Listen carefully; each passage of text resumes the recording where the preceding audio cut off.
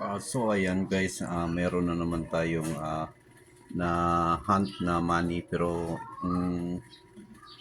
ang kakaiba dito ay hindi ito mukhang pera sa atin katulad ng mga karamihan na nakita natin sa coins, mga coins ito yung tingnan niya, parang barko siya na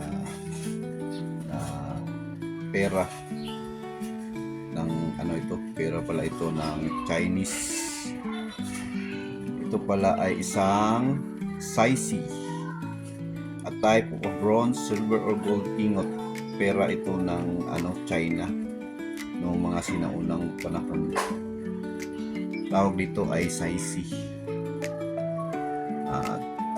Ano siya, boat shape siya, tapos ang iba yung oval, tsaka may size at tsaka weight din sila para magkano yung pera mo. May 1,000 dito sa likod, may Chinese character dyan, no? May Chinese character na parang 1,000 yan eh. Sinilk ito kasi 1,000 daw yung nakalagay dito sa likod. Ito ay currency ng China, century. Panahon pa ito ni Tang Dynasty. Panahon ito ni Tang Dynasty, mga idol. 1618, 1907 ED. Until nag-work na siya until early 20th century. So, ito, may kaalaman tayo dito sa Saisi money pala.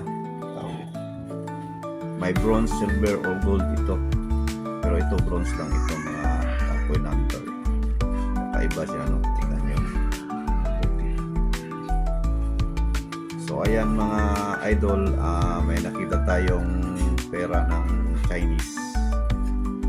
Century, ano ito, money. AD pa ito, 907 AD. So, napakaganda. Iba pala yung pera nila. So, para sa ating mga kaalaman dyan, ito ay Saisi money, ingot ng Chinese Tang Dynasty, 20th century, 907 AD. So, ayan, para sa ating kaunting kalaman.